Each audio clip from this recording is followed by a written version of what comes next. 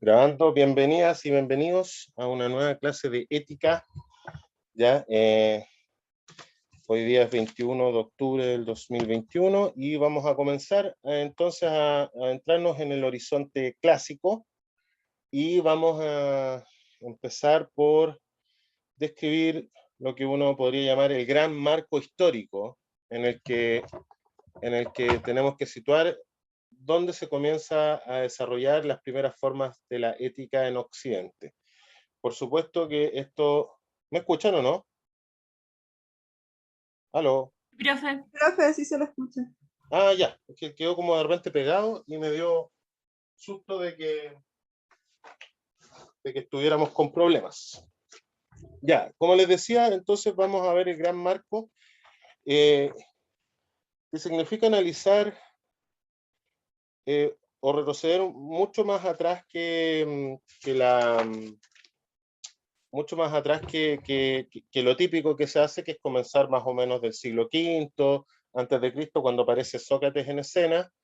Incluso algunos ya hablan un poco de que hay ciertas inquietudes éticas en los presocráticos, ¿no? Estos filósofos como Parménides, Heráclito, eh, Anaxágoras, ¿no? Pero en realidad, si uno quiere entender de verdad de dónde vienen la mayor parte de las comprensiones éticas que forman parte ya no solo de los griegos, sino de Occidente, tiene que remontarse entonces a esto que podemos llamar el gran marco histórico, ¿ya?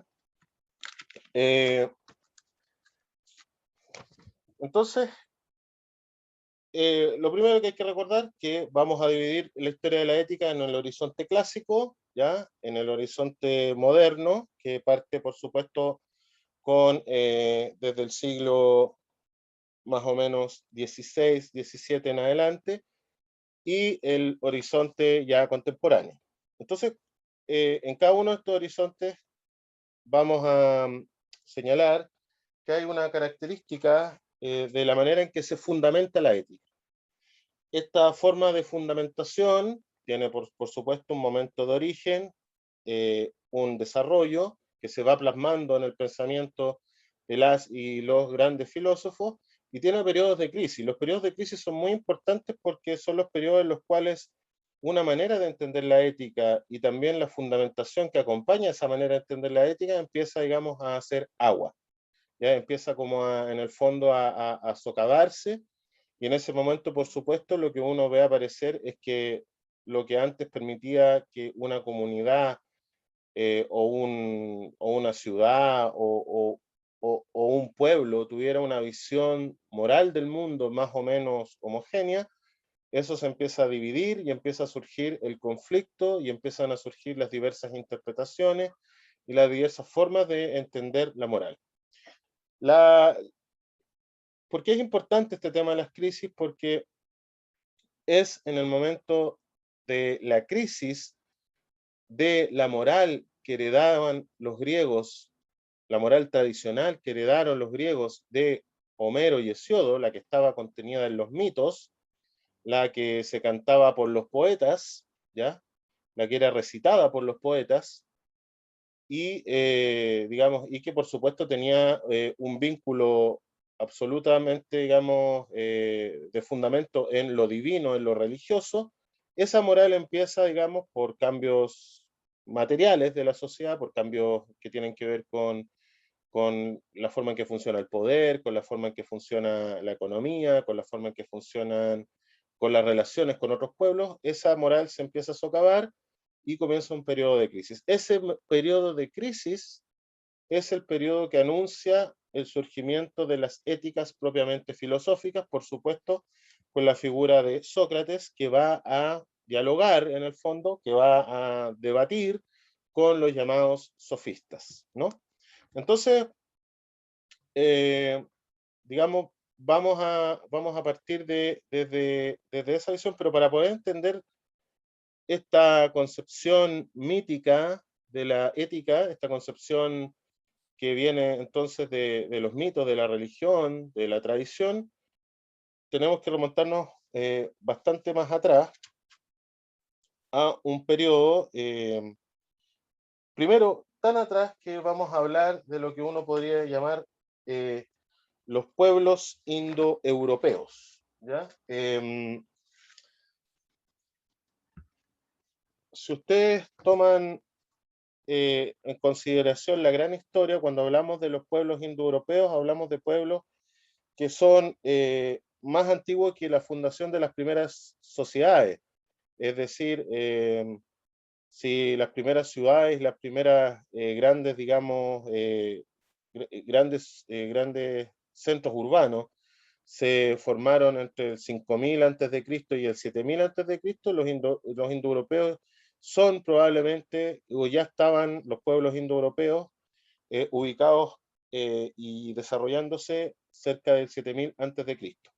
¿Por qué los pueblos indoeuropeos son tan importantes? Porque, a ver, no tengo, digamos, un mapa, pero imagínense que los pueblos indoeuropeos provienen de la zona que podríamos llamar Asia, eh, en Asia arriba, ¿ya? Un poco donde está China, Rusia y todo lo demás, y estos pueblos indoeuropeos se desplazaron hacia el centro de Europa y se empezaron, digamos, a repartir en los lugares donde vamos a ubicar las grandes civilizaciones, donde vamos a ubicar la civilización de China, la civilización india, en Irán, en Persia, digamos, y en el Mediterráneo, y por supuesto van a tener influencia sobre egipcios, fenicios, cartagineses, romanos y por supuesto los helenos, ¿ya? Los griegos.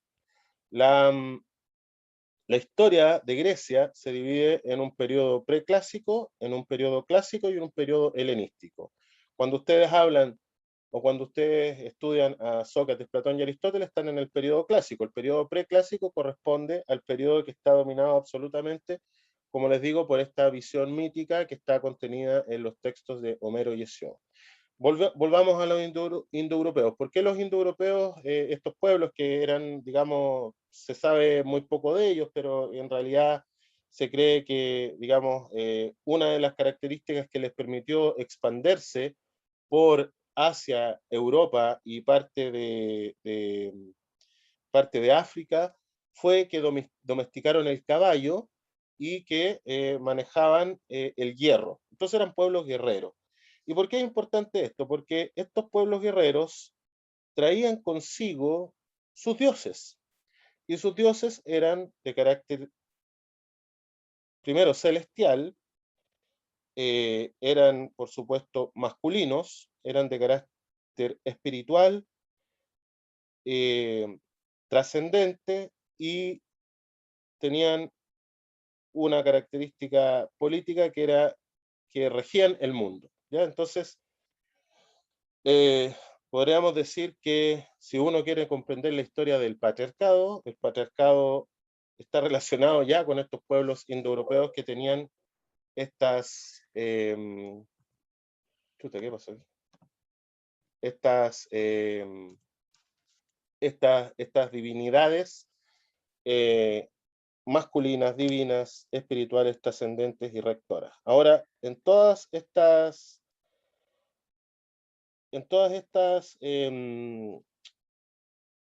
manifestaciones culturales, vamos a encontrar una forma de pensamiento muy particular que hay un filósofo que se llama Jürgen Habermas, que él llama un pensamiento metafísico, ¿ya?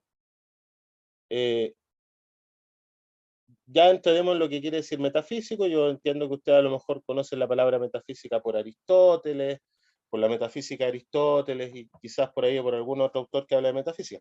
Pero aquí lo que me interesa es que se entienda que la metafísica tiene que ver con, primero, una ontología de lo uno. Es decir, el mundo no es un caos total, ¿ya? Eh, el mundo tiene un orden, ¿ya? Y ese orden está dado por un fundamento, ¿ya? Por algo que le da ese orden a la realidad y la convierte en algo en lo que se puede vivir y también en algo donde los seres humanos también tienen un lugar, ¿ya?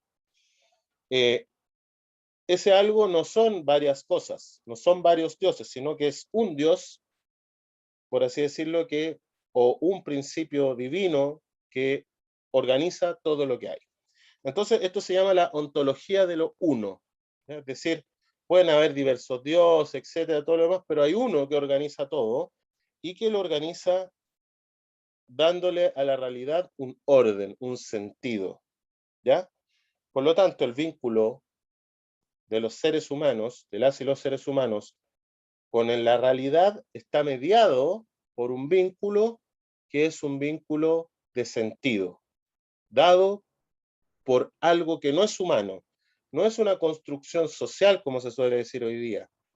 Ya no es algo que venga en las cosas, sino que hay algo fuera de la naturaleza, más allá de la naturaleza, que es por lo tanto sobrenatural, que le da un orden a esa realidad. Y eso se dice abstractamente el uno, ¿ya? Pero ese uno, por supuesto, es o tiene distintas formas de manifestarse dependiendo si nosotros hablamos de la cultura china, la cultura india, la cultura iraní o el Mediterráneo. Se puede dar en la forma de, por ejemplo, el Tao de los chinos. ¿Ya? El principio que organiza la naturaleza es el Tao y es un principio celestial. Ya no está personificado porque los chinos no tienen una visión donde se generan imágenes de los dioses con forma humana, como los griegos, pero ellos tienen un principio que organiza todo, que es el Tao, ¿ya? Eh, en el pensamiento filosófico, por supuesto, va a aparecer la idea del logos, ¿ya? El logos, la palabra logos, que después los romanos tradujeron por ratio y que pasó al español como razón, tiene esta idea de que eh, por supuesto, logos quiere decir en primera instancia palabra, ¿cierto? Pero también significa la capacidad que tiene el ser humano en su alma de dar cuenta de ese orden que hay en la realidad. Por lo tanto, también significa pensamiento. El logos es el pensamiento capaz de comprender el mundo. Y si se puede comprender algo del mundo, si se puede entender que el mundo tiene un orden, es porque el mundo tiene un orden en sí mismo, no es porque nosotros le pongamos un orden, como algunas filosofías van a señalar más adelante, sino que en realidad existe un orden en el mundo, un orden que no se muestra inmediatamente, ¿ya? Es un orden que solo a través del pensamiento se puede comprender, y esa idea de orden en la realidad es la idea de logos, ¿ya? Los, en, en la India el hinduismo va a hablar de Brahma como la gran fuerza que organiza todo, los persas de Ahura Mazda, ¿ya? Es decir, siempre va a haber un uno que lo organiza todo. Para que los griegos llegaran al concepto de logos, tuvo que haber un paso entre la mentalidad mítica, que adscribía el orden de todas las cosas a Zeus, hacia un tipo de ya mentalidad donde ya no se piensa en un Dios más o menos concreto que lanza rayos y que tiene casi hasta como una personalidad humana, sino que se piensa en términos de que es un principio abstracto, es un principio que está presente en la realidad, pero que de alguna manera no se puede representar así como uno representa de repente a Jesús en la cruz, o representa, no sé, qué sé yo, a el yin y el yang, no se puede representar, digamos, el orden de esa manera. Por supuesto, algunos filósofos como Heráclito, por ejemplo, van a hablar del logos en términos de un fuego que se apaga por medidas, ¿ya? Se prende y se apaga por medidas. Otros van a hablar del logos como una especie de equilibrio, como la metáfora de un equilibrio, donde cada vez que hay algo que se descompensa en la naturaleza, se compensa por otra parte. Otros como los pitagóricos y Platón con ellos van a pensar el logos como proporciones matemáticas de las cosas, como en el fondo una razón matemática que está detrás de todas las cosas.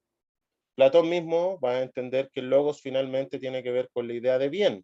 Ya veremos qué quiere decir con eso. Pero bueno, entonces está este primer elemento, la ontología del uno, ¿ya? Del pensamiento metafísico.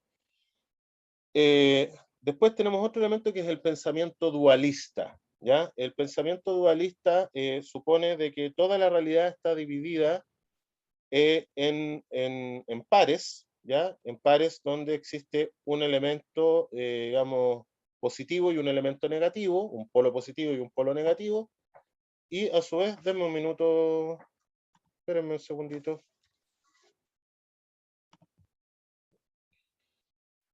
Hijo, ¿qué pasa?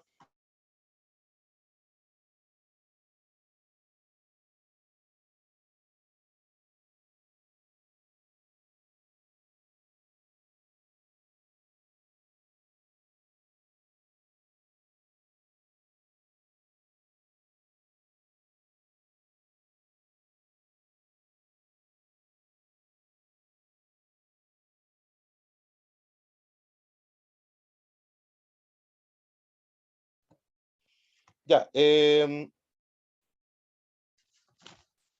ya, entonces, perdón, estoy con mi hijo acá y vino Entonces, este pensamiento dualista, como digo, divide el mundo como siempre en dos partes, ¿no? Un elemento positivo, un elemento negativo.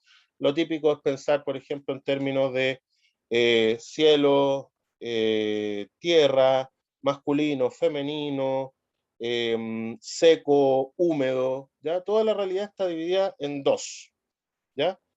Eh, y típico del pensamiento dualista también es que uno de estos elementos es el elemento que se relaciona con el fundamento, por lo tanto, lo masculino, lo espiritual,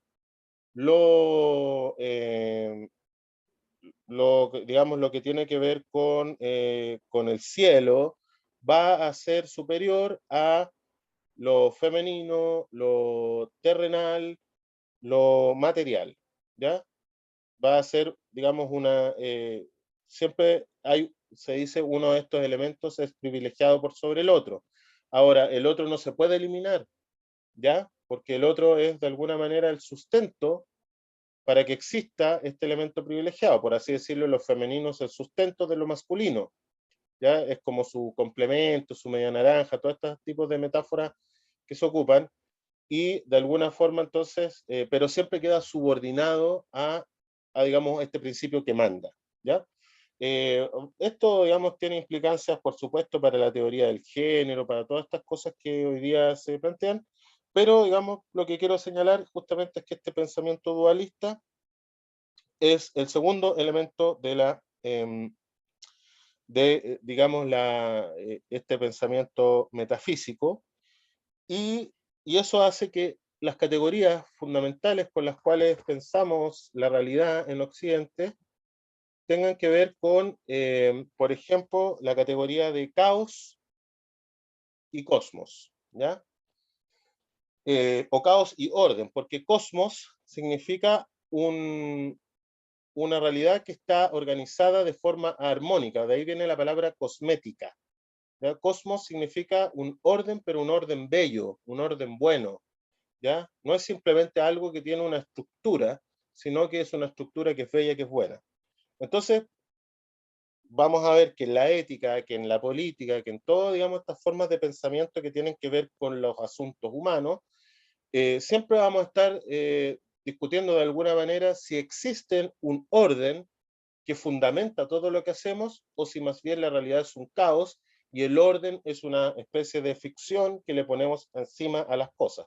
Nietzsche va a ser, por supuesto, de la segunda idea, la idea de que la vida es caótica, ya que no tiene una estructura fija, estable, y que por lo tanto todo lo que nosotros llamamos verdad, bien, sentido, son ficciones o interpretaciones que se instalan sobre las cosas. La, por supuesto, Platón, Aristóteles, eh, Tomás de Aquino van a pensar que no, porque hay una realidad, un orden en el mundo, y sobre ese orden, que también rige sobre la vida humana, hay que pensar la ética, ¿ya? Por eso es tan importante la palabra physis. La palabra physis da cuenta entendamos que la naturaleza para los griegos no era lo mismo que para nosotros. La naturaleza para los griegos era, por así decirlo, aquello de lo que nace todo, ¿ya? Por lo tanto, todo nace de algo, y ese algo que está antes que el ser humano, que está antes que todo, es la naturaleza, y la naturaleza hace que las cosas tengan también una finalidad, por lo tanto, cada ser que hay en el mundo está dado por un telos, por una finalidad, ¿ya? Y esa finalidad, a su vez, determina también lo que es bueno para cada ser humano. Para- eh, entonces, la, la, perdón, me desenchufé. No, es que yo soy muy malo cuando me interrumpen, No se preocupe, profe. me cortan todo, se me va muy rápido la onda, perdón. Ya, estábamos hablando de la naturaleza, ¿no? La naturaleza significa primero de aquello de donde se genera y sale todo, ¿no? Todo emerge, por así decirlo, de la naturaleza, ¿ya? La naturaleza también es movimiento, ¿ya? Es lo que explica por qué las cosas nacen, crecen, se desarrollan y mueren, ¿ya? Lo que a veces Aristóteles llama como la generación o la corrupción de las cosas, y a su vez también es el sentido de las cosas, ¿no? El sentido de cada ser vivo está marcado por un telos o una finalidad, ¿ya? Una finalidad, en el fondo, como un algo que nos explica para qué estamos en el mundo, ¿no? Y eso tiene que ver también con otra cosa que es muy propia del pensamiento griego, pensar en términos de esencia o usía, como llamaban los griegos. ¿No? Cada cosa tiene una identidad porque tiene una finalidad que le es propia, y en función de esa finalidad que le es propia también tiene un bien que es particular. Por lo tanto, por así decirlo, el bien humano tiene que ver con el bien natural. Y si el fundamento último de todas las cosas es algo divino, entonces el bien está a su vez anclado en un bien trascendente, divino, etc. ¿Ya? Ahora, siempre ustedes nunca olviden que cuando los filósofos hablan de Dios no es lo mismo que cuando los curas hablan de Dios. ¿Ya? El Dios de los filósofos siempre es más bien una idea. El Dios de Descartes, el Dios de, no sé, de Kant, el Dios de Platón, es más una idea que lo que el griego del siglo V en Atenas entendía por Dios o por dioses, ¿ya? Y siempre va a haber una disputa, por lo tanto, entre, por así decirlo, una teología que está hecha por filósofos o filósofas y una teología, por así decirlo, común, que tiene que ver con las representaciones que se hace la gente de lo que es Dios.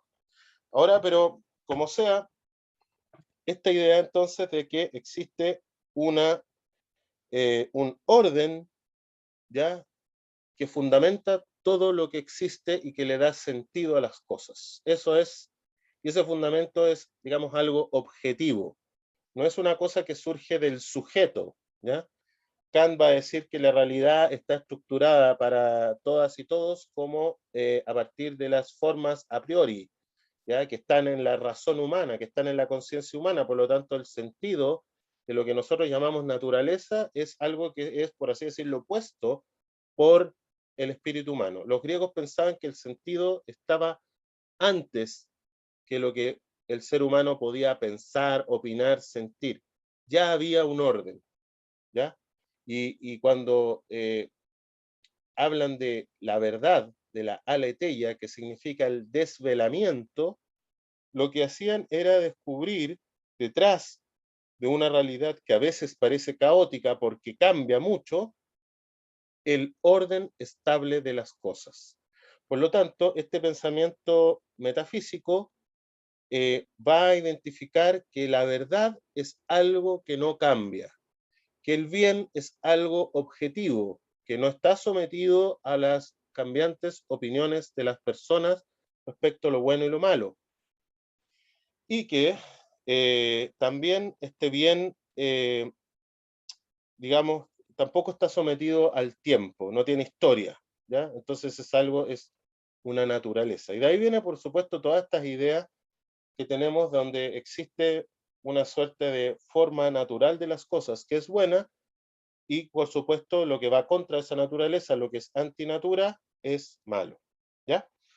Pero esto, lo que quiero que ustedes entiendan es que esto viene muy de atrás, viene antes de los griegos, ¿ya? Tiene que ver con las estructuras arcaicas del pensamiento religioso que están, por supuesto, en lo que Enrique Dussel llama estos pueblos indoeuropeos, ¿ya? Y finalmente hay un tercer elemento, ¿ya? Que es el elemento de eh, de la, del ideal contemplativo de vida, ¿ya? Esto, esto lo podemos entender si consideramos lo que significa la palabra teoría, ¿ya? Teoría, si lo descomponen, está la palabra teos, que ustedes saben significa Dios o lo divino, y orein significa mirar. La teoría, hacer teoría, la vida dedicada a la teoría, la vida en el fondo dedicada al pensamiento, la vida dedicada a la filosofía, ya es la contemplación de lo divino. ¿Y qué es lo divino? Aquello que no cambia, aquello que es absoluto, aquello que no tiene, que no está condicionado por nada, que es y hace que las cosas sean de determinada manera, ¿no? Por así decirlo, es el principio, el fundamento, aquello que la gran explicación detrás de todas las cosas, ¿no? Eso, por supuesto, esa gran explicación detrás de todas las cosas, ¿ya? Ese principio que me permite explicar todos los cambios, toda la diversidad, toda la diferencia y reducirla a un mismo principio, ¿ya? A una misma, hacer que todo finalmente tenga que ver con lo mismo, que todo tenga una misma identidad, eso por supuesto es, digamos, llegar a lo más alto en lo que puede el pensamiento, ¿no? Ese rol que podía entender todo, digamos, y relacionarlo con un solo principio, era la religión. Y la religión fue, cuando se desarrollaron las primeras grandes explicaciones religiosas, la explicación era en el fondo lo que permitía dar cuenta de por qué era el mundo de esa manera, por qué el ser humano era como era y cómo tenían que organizarse las sociedades, ¿ya? Vamos a ver en el fondo cómo la filosofía va a traducir de otra manera aquello que formaba parte, aquella búsqueda de estos absolutos que formaba parte de la religión y que estaba, por supuesto, de alguna manera relacionada con el mundo mítico. Entonces, de aquí van a surgir, de estas tres características, la ontología de lo uno, el pensamiento dualista y el ideal de vida contemplativa, van a surgir tres, o sea, no van a surgir tres, pero van a surgir algunas ideas que van a, por supuesto, marcar lo que uno puede llamar los principios rectores del pensamiento de los griegos, ¿ya? Que, insisto, primero se manifiesta en los mitos y luego va a ser traducido a lo que nosotros entendemos hoy día como filosofía. Una es la idea que eh, hay, por así decirlo, una separación entre el ser humano y lo divino, ¿no? Así como hay una capacidad de entender el ser humano, de poder relacionarse con los dioses, también hay una separación, ¿ya? Y esa separación significa que el ser humano siempre está en un estado, por así decirlo, de caída, en un estado en el que, en el que va a tener que dar pelea para poder afirmarse en la vida. Esto es muy importante porque cuando analicemos en parte lo que plantean las tragedias y cuando plantean también las primeras historias de los mitos griegos, vamos a ver cómo finalmente lo que hay ahí es una ética trágica. ¿Y qué es la ética trágica? La ética que da cuenta cómo el héroe, ¿ya? En este caso Aquiles, Agamenón, Ulises, lucha y despliega todas sus fuerzas, despliega todo lo que tiene adentro, ¿ya? Despliega todo en el fondo lo que es para poder sortear los infortunios de la vida.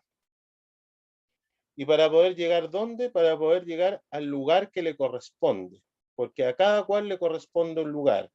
Le corresponde por naturaleza un lugar, pero también le corresponde en función de los méritos, es decir, cómo dio esa lucha y cómo logró afirmarse frente a otros. Por lo tanto, no es solamente una lucha contra la naturaleza y contra el capricho de los dioses, sino también es una lucha contra los otros seres humanos. Por lo tanto, la experiencia fundamental que está detrás de la concepción ética en esta ética del periodo preclásico es la experiencia de la guerra. La guerra es la que va forjando el carácter de las y los seres humanos. Los forja en el sentido, por ejemplo, de que van a hablar que las virtudes son las virtudes de los guerreros.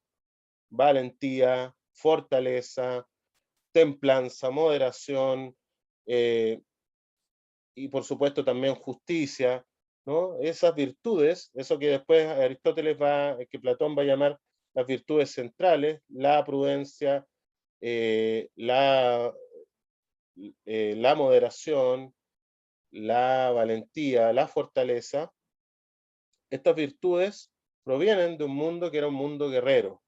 Era un mundo guerrero y además un mundo competitivo, donde los jefes guerreros peleaban unos con otros para afirmar, digamos, que son los mejores, ¿ya? Y lo que hacían los mejores era lo bueno. Por lo tanto, era, digamos, y lo que los distinguía de la gran masa de seres humanos que en realidad no eran destacables por ninguna manera y tampoco uno podría llamar que podrían ser bienaventurados o felices de ninguna manera. Esto lo analiza muy bien Nietzsche en la genealogía de la moral. Él habla y dice cómo, de alguna manera, la moral, esta moral originaria, que tiene que ver con que la vida es un luchar, es un afirmarse en medio en medio, digamos, de la guerra, en medio de las adversidades, y que realmente el que es feliz es aquel que de alguna manera es poderoso. Esta moral fue, dice Nietzsche, fue invirtiendo su sentido hasta que se invierte de forma completa con el cristianismo, donde el débil, el vulnerable, la víctima, es el objeto de especial preocupación de la ética. Ya no ya la ética no tiene que ver cómo vivir una vida feliz, poderosa, gloriosa, donde digamos, no sé, pues estés en el Valhalla, tomando cerveza y acompañado con tus compañeros de armas y con vírgenes y qué sé yo. Ya no tiene que ver cómo lograr esa vida, sino que la ética ahora tiene que ver cómo, digamos, cómo limitar, cómo el débil limita el poder del fuerte, ¿ya? Y eso, por supuesto, lo relaciona Nietzsche con la idea del resentimiento. Es decir, que lo que origina la moral cristiana es el resentimiento, que es la negación de la vida, ¿ya?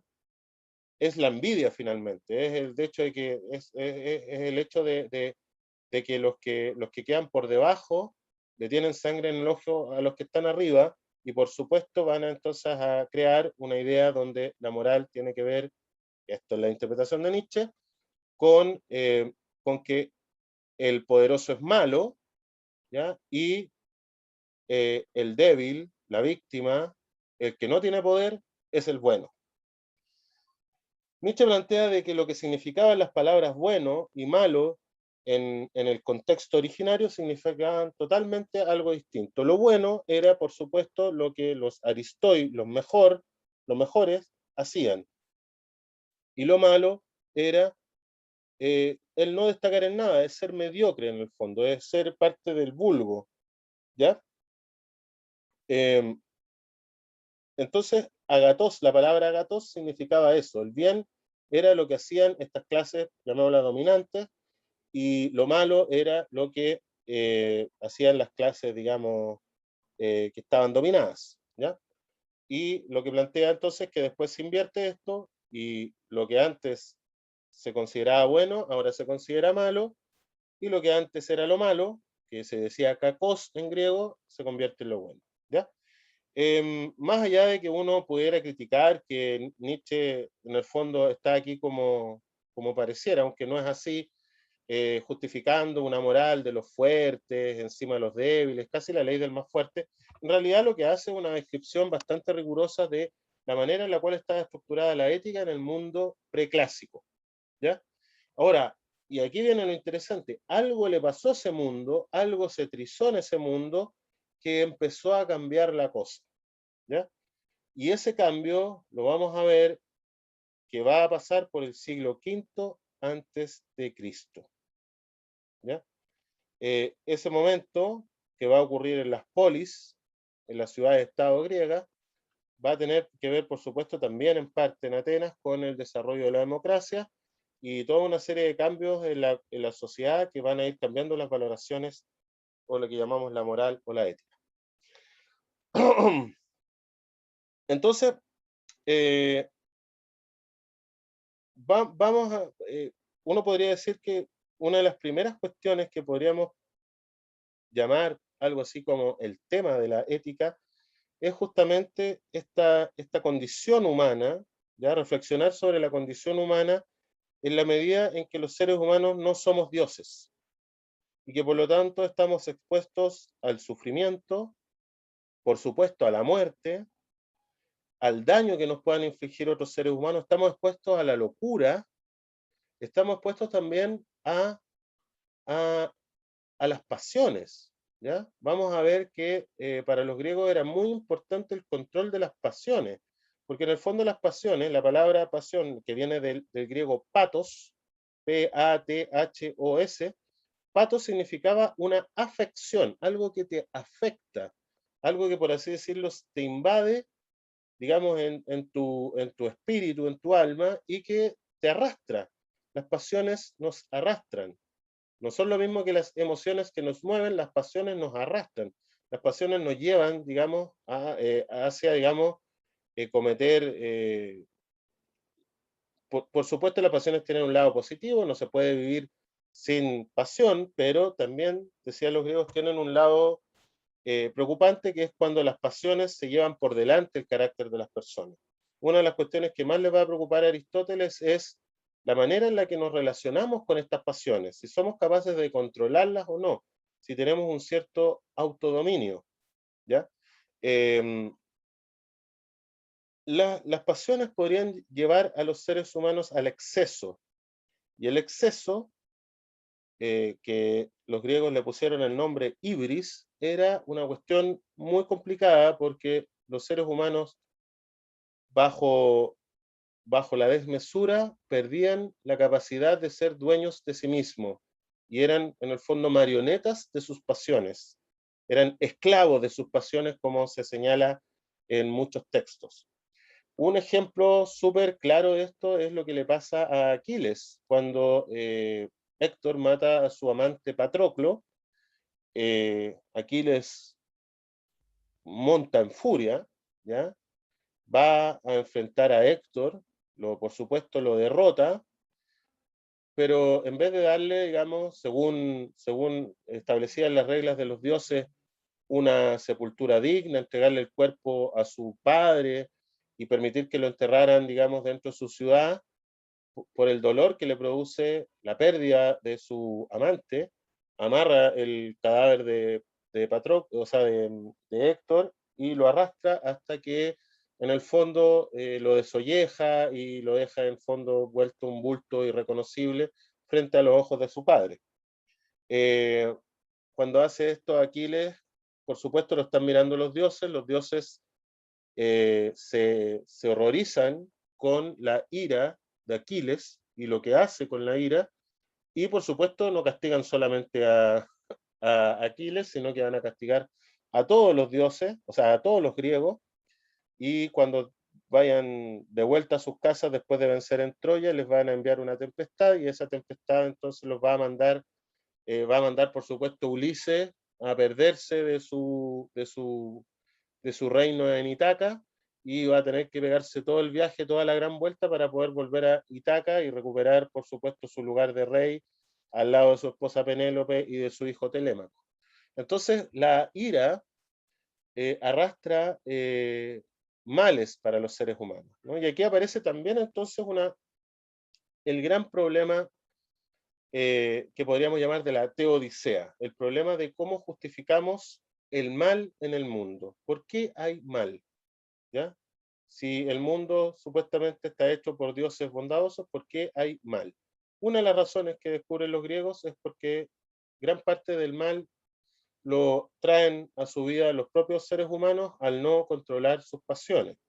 Ahora, ¿cómo controlar las pasiones? Aquí viene lo interesante, ¿no? Por una parte, los griegos en lo que era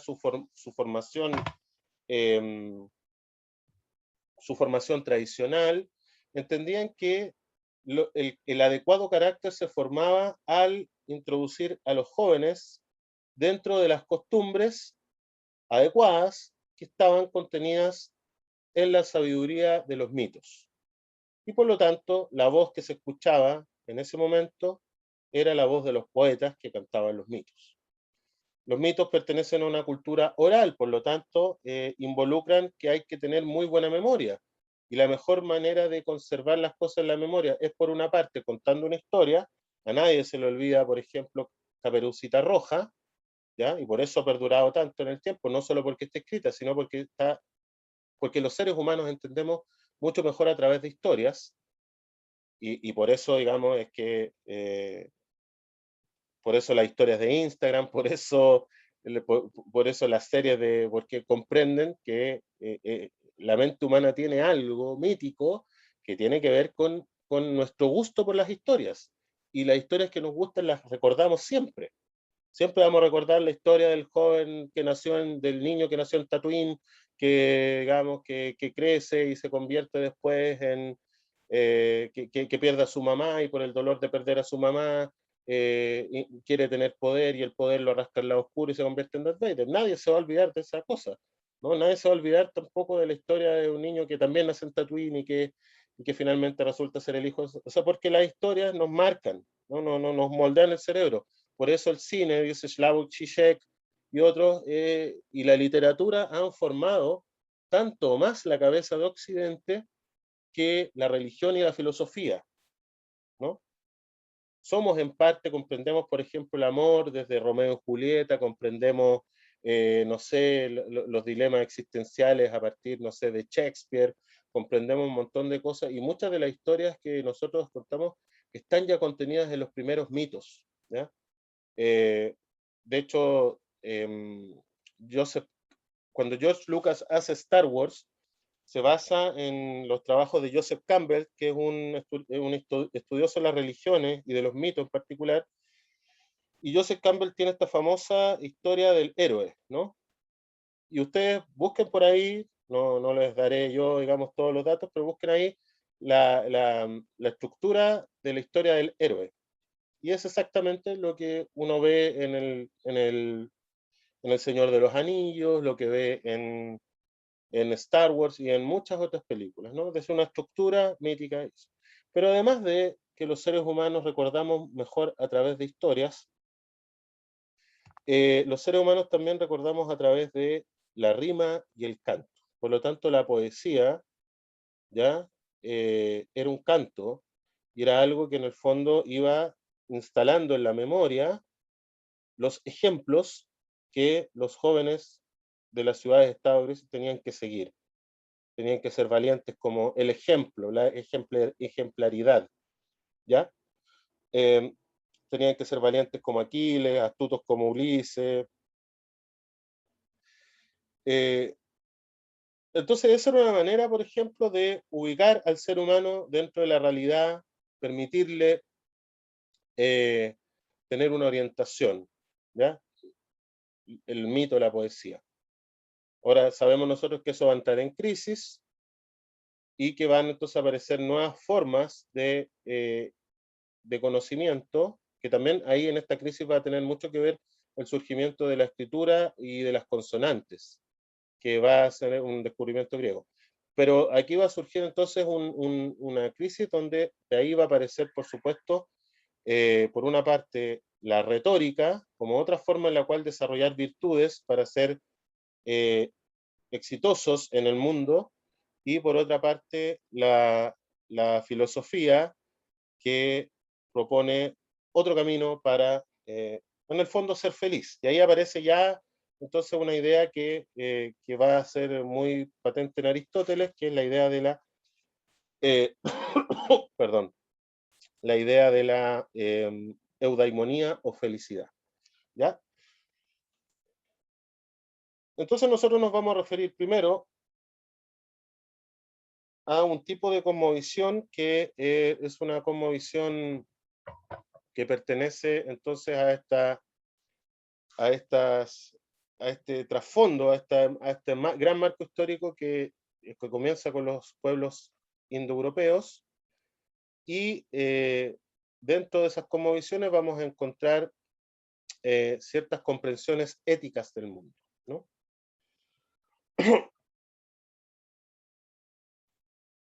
Que en breve, digamos, ¿cómo podemos entender qué son los mitos? Los mitos, en el fondo, bueno, existe mucha discusión respecto a esto, pero los mitos en el fondo son formas de narración que presentan un sentido como una sucesión de hechos y en las que interactúan dioses, animales, hombres, objetos inanimados, antepasados, ¿ya? De alguna manera, cuando los mitos cuentan historias, también van describiendo la estructura que tiene el mundo para una cultura, ¿ya? Esta estructura, por supuesto, tiene elementos que son mucho más importantes que otros. Esta cultura tiene elementos, por así decirlo, privilegiados y elementos subordinados. Esta estructura también tiene una escala, una jerarquía, ¿ya? En la que, por ejemplo, están los animales, luego están los seres humanos, luego están los dioses y qué sé yo. También tiene una forma en la que las distintas límites de la vida humana se describen, ¿ya? Y se le asigna al ser humano un lugar. Por ejemplo, el ser humano, la palabra humano viene de humando, y humando significa lo que viene de la tierra. En el fondo, el ser humano viene de la tierra, es un brote de la tierra, y por supuesto se vuelve a esa tierra y se lo entierra cuando muere, ¿ya? Entonces el ser humano, el lugar propio del ser humano es la tierra, ¿ya? Puede aventurarse al mar, pero el lugar propio del ser humano es la tierra, no es el cielo, ¿ya? Eh, lo interesante en el mundo mítico es que no existe una separación absoluta entre lo que es humano, lo que no es humano y lo que es divino, ¿ya? Todo, por así decirlo, comunica con todo y todo está en una red de correspondencias, es decir, eh, cierto tipo de animales, cierto tipo de objetos, cierto tipo de personas, cierto tipo de acciones, cierto tipo de dioses están en una relación, eh, en unos como especie de conjuntos de relaciones, y a su vez esos conjuntos se relacionan con otras cosas. Por lo tanto, uno podría decir que cuando uno se mete en el mundo del mito, puede relacionar todas las cosas entre sí, ¿ya? Es muy parecido, no sé, pues cuando alguien habla del universo Marvel o universo DC, donde todas las historias de una u otra manera se tocan entre sí, lo mismo ocurre en el mundo de los mitos, ¿ya? Eh, Fundamentalmente, el mito no es solo una narración, sino que se tiene que acompañar de un elemento performativo, que son los ritos, ¿ya? El rito es el lado, por así decirlo, eh, eh, eh, es ponerle el cuerpo al mito. Por lo tanto, digamos, a través del rito, lo que se hace es también reactualizar una relación con los dioses y una relación con la sociedad, ¿ya? Por eso los ritos siempre incorporan, están en los momentos claves de la sociedad. Cuando hay que ir a la guerra, no sé, se sacrifica un gallo, por la salud de determinadas personas, o cuando están sometidos a una peste, siempre los ritos, y los romanos eran muy conscientes de eso, los ritos eran lo que marca el ritmo de la vida social.